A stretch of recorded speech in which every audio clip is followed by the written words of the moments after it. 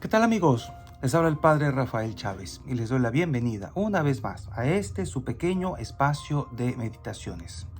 Estamos a jueves 14 de septiembre y hoy celebramos la fiesta de la exaltación de la Santa Cruz. En el nombre del Padre y del Hijo y del Espíritu Santo. Amén. Señor Dios, que quisiste que tu unigénito sufriera la cruz para salvar al género humano, concédenos que quienes conocemos su misterio en la tierra, merezcamos alcanzar en el cielo el premio de su redención. Por nuestro Señor Jesucristo, tu Hijo, que vive y reina contigo, en la unidad del Espíritu Santo, y es Dios por los siglos de los siglos. Amén. La exaltación de la Santa Cruz. Esta fiesta se celebra un doble aniversario. En Jerusalén, Constantino edificó una iglesia redonda, la Anástasis, sobre el sepulcro vacío de Jesús y una basílica, el Martirio. En la plaza, en medio de las dos iglesias, un santuario, el Calvario, que marca el lugar de la crucifixión. Dedicadas en el año 335, los persas las destruyeron en el 614. El patriarca Modesto de Jerusalén reconstruyó las dos iglesias en el 626, pero fueron destruidas posteriormente por los musulmanes en el año 1009. Los cruzados reconstruyeron la iglesia actual del Santo Sepulcro, que fue dedicada en el año 1149. El día de hoy conmemora también el descubrimiento de la cruz del Señor por la emperatriz Santa Elena el 18 de agosto en el año 320. La lectura de la palabra nos muestra ahora como primera lectura el libro de los Números, capítulo 21, versículos del 4 al 9. En aquellos días el pueblo se impacientó y murmuró contra Dios y contra Moisés, diciendo: ¿Para qué nos sacaste de Egipto? ¿Para que muriéramos en el desierto? No tenemos pan ni agua, y ya estamos hastiados de esta miserable comida. Entonces envió Dios contra el pueblo serpientes venenosas que los mordían, y murieron muchos israelitas. El pueblo acudió a Moisés y le dijo: Hemos pecado al murmurar contra el Señor y contra ti. Ruega al Señor que aparte de nosotros las serpientes. Moisés rogó al Señor por el pueblo, y el Señor le respondió: Haz una serpiente como esas, y levántala en un palo. El que haya sido mordido por las serpientes y mire la que tú hagas, vivirá. Moisés hizo una serpiente de bronce y la levantó en un palo. Y si alguno era mordido y miraba a la serpiente de bronce, quedaba curado. Palabra de Dios, te alabamos, Señor. Salmo 77. No olvidéis las acciones del Señor. Escucha, pueblo mío, mi enseñanza. Inclina el oído a las palabras de mi boca, que voy a abrir mi boca a las sentencias, para que broten los enigmas del pasado. No olvidéis las acciones del Señor. Cuando los hacía morir, lo buscaban y madrugaban para volverse hacia Dios. Se acordaban de que Dios era su roca, el Dios Altísimo, su Redentor. No olvidéis las acciones del Señor. Lo adulaban con sus bocas, pero sus lenguas mentían. Su corazón no era sincero con él, ni eran fieles a su alianza. No olvidéis las acciones del Señor. Él, en cambio, sentía lástima, perdonaba la culpa y no los destruía. Una y otra vez reprimió su cólera y no despertaba todo su furor. No olvidéis las acciones del Señor. La segunda lectura está tomada del libro de la carta a los Filipenses, capítulo 2, versículos del 6 al 11. Cristo Jesús, siendo Dios, no consideró que debía aferrarse a las prerrogativas de su condición divina, sino que por el contrario se anonadó a sí mismo, tomando la condición de siervo, y se hizo semejante a los hombres. Así, hecho uno de ellos, se humilló a sí mismo y por obediencia aceptó incluso la muerte, y una muerte de cruz. Por eso Dios lo exaltó sobre todas las cosas y le otorgó el nombre que está sobre todo nombre, para que al nombre de Jesús todos doblen la rodilla en el cielo, en la tierra, en los abismos, y todos reconozcan públicamente que Jesucristo es el Señor, para gloria de Dios Padre. Palabra de Dios, te alabamos, Señor. El Evangelio está tomado de Juan, capítulo 3, versículos del 13 al 17.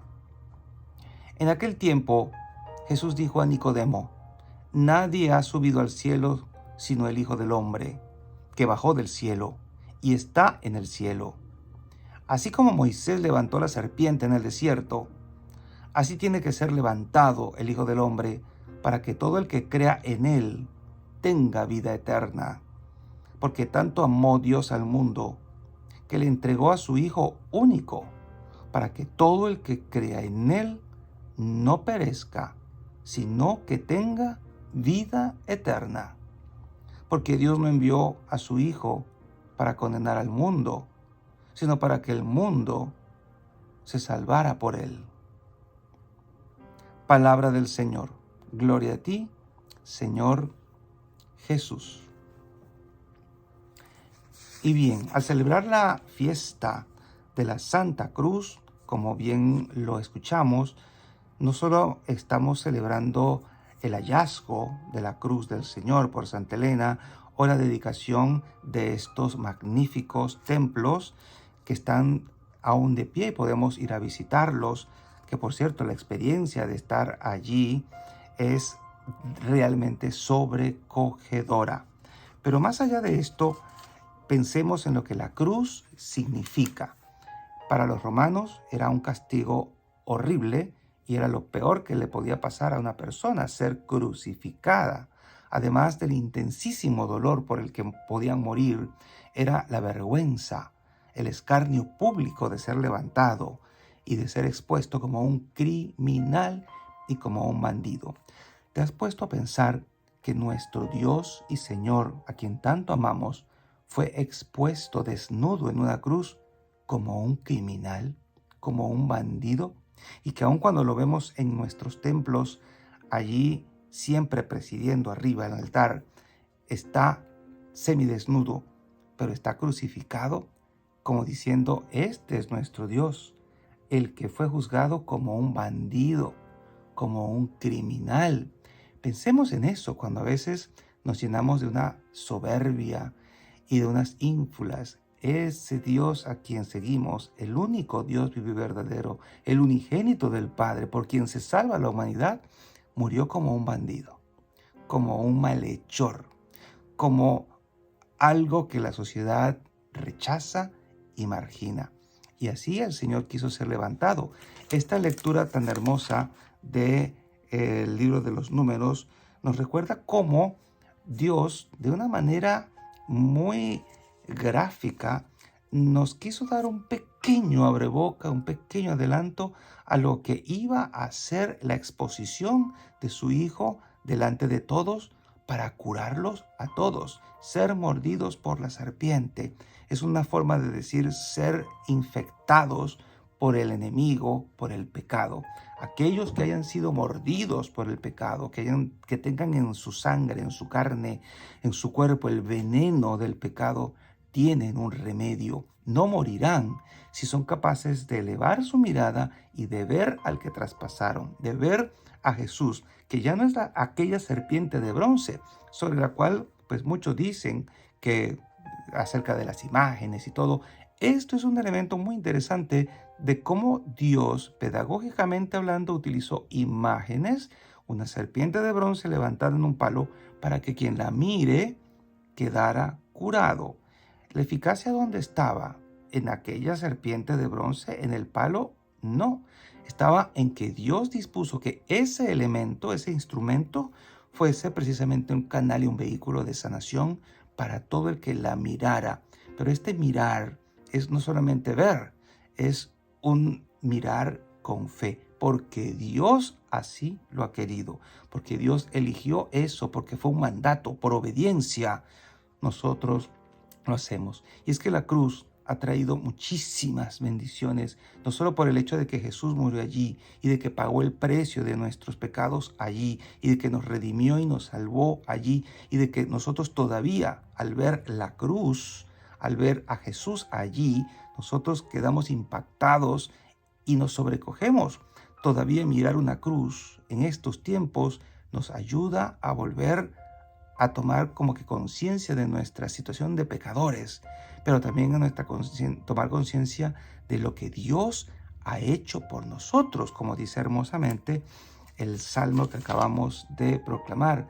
No olvides las acciones del Señor, y esa acción ha cautivado los corazones de muchos hombres y mujeres a través de la historia y los ha llevado a la santidad, porque al ver cómo Jesús quedó por tus pecados y los míos, ha llevado al arrepentimiento, a la conversión, a la santidad, a muchísimas, por no decir todas, las almas, porque prácticamente es imposible llegar a la santidad sin haber tenido una relación muy estrecha con la cruz del Señor, en su significado, en su dolor y en los beneficios que trae al alma. Fíjense que el Evangelio de hoy que la liturgia nos presenta es el de Juan 3, uno muy conocido, cuando dice: así como Moisés levantó la serpiente en el desierto, así tiene que ser levantado el Hijo del Hombre, para que todo el que crea en él tenga vida eterna. Expuesto. A mí siempre me ha llamado mucho la atención esto.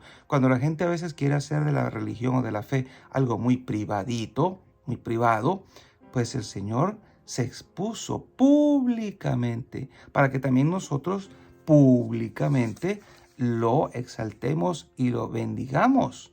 Dice la carta a los Filipenses: por eso Dios lo exaltó sobre todas las cosas y le otorgó el nombre que está sobre todo nombre, para que al nombre de Jesús todos doblen la rodilla en el cielo, en la tierra y en los abismos, y todos reconozcan públicamente que Jesucristo es el Señor, para gloria de Dios Padre. A mí me da mucho que pensar que todavía a estas alturas haya gente que quiera hacer de su fe algo privado, que todavía esté recluida. Respeto las razones que puedan tener cada quien, pero que todavía estén recluidos por miedo en sus casas y no quieran ir a la iglesia para reconocer públicamente que Jesucristo es su Salvador, y que todavía puedan tener algunas, entre comillas, razones para tener, digamos, un cierto prurito de comulgar, no se vayan a contagiar de algún virus. Esto me da a mí mucho que pensar, porque ¿acaso Jesús no es el Salvador? ¿Acaso la hostia no es la presencia real de Jesucristo una vez consagrada? ¿Acaso no recibimos a Jesús para nuestra salud y no para nuestra perdición o para enfermarnos?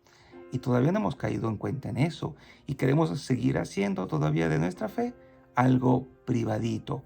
No, que bautizos privados, que solo mi niño. ¿Por qué? Si esto es algo público, si tu fe es el reconocimiento de la pertenencia, por ejemplo, al pueblo de Dios, de que vas a ser miembro de un pueblo, de algo mucho más grande que tu familia.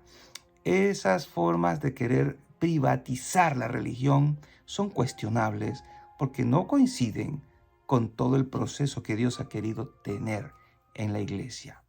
Reconocer públicamente que Jesucristo es el Señor, y públicamente lo hizo en una cruz. Recordemos esto. El Papa ha hablado mucho de esta situación y ha hecho comentarios bien interesantes cuando nos habla, por ejemplo, de la paciencia que nosotros debemos tener como un regalo de Dios. Precisamente, el Santo Padre acentuó el gozo de Pablo y Silas, llamados a enfrentar prisión y persecución por testimoniar el Evangelio. Estaban llenos de gozo, dijo el Papa, porque seguían a Jesús en el camino de la pasión un camino que el Señor recorre con paciencia. Y decía el Papa, entrar en paciencia, ese es el camino que Jesús nos enseña también a nosotros, los cristianos. Entrar en paciencia, esto no quiere decir estar tristes, no, es otra cosa.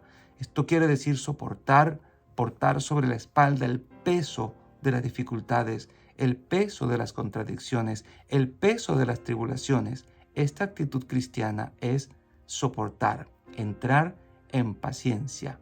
Aquello que en la Biblia se dice con una palabra griega tan plena como hipomoné, soportar en la vida del trabajo de todos los días, las contradicciones, las tribulaciones, todo eso.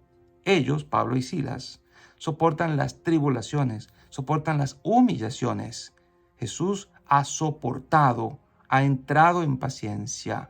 Este es un proceso, me permito la palabra un proceso de maduración cristiana a través del camino de la paciencia, un proceso que requiere tiempo, que no se hace de un día para otro, se realiza durante toda la vida para llegar a la madurez cristiana.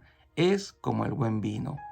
El Papa dijo que tantos mártires estaban llenos de gozo, como por ejemplo el mártir de Nagasaki, que se ayudaban unos a otros, esperando el momento de la muerte. De algunos mártires, recordó, se decía que iban al martirio como a una fiesta nupcial. Esta actitud de soportar, agregó, es la actitud normal del cristiano. Pero no es una actitud masoquista, es en cambio una actitud que lo lleva por el camino de Jesús. Cuando llegan las dificultades, llegan también las tentaciones. Por ejemplo, el lamentarse. Pero mira lo que me pasa, un lamento. Y un cristiano que se lamenta continuamente deja de ser un buen cristiano. ¿Es el señor lamento o la señora lamento? No, porque siempre se lamenta de todo. No, el silencio es el soportar, el silencio en la paciencia, aquel silencio de Jesús. Jesús en su pasión no dijo más de 2 o 3 palabras. Pero tampoco es un silencio triste. El silencio de soportar la cruz no es un silencio triste. Es doloroso muchas veces, muy doloroso, pero no es triste. El corazón está en paz. Pablo y Silas rezaban en paz. Tenían dolores, porque se dice que luego de la cárcel el carcelero lavó las llagas. Tenían llagas, pero soportar en paz. Este camino de soportar nos hace profundizar la paz cristiana, nos hace más fuertes en Jesús. He aquí que el cristiano está llamado a soportar, como hizo Jesús, sin lamentarse, soportar en paz. El Papa Francisco agregó que este entrar en paciencia renueva nuestra juventud y nos hace más jóvenes. Que este día el Señor nos recuerde cuál es este camino y que mirando a Jesús en la cruz podamos entrar en paciencia y podamos vivir en paz, aún en medio de las tribulaciones. Y la bendición de Dios Todopoderoso, Padre, Hijo y Espíritu Santo, descienda sobre cada uno de ustedes y les acompañe siempre. Y seguiremos en contacto, si Dios lo permite, a través de este canal. Chao, chao.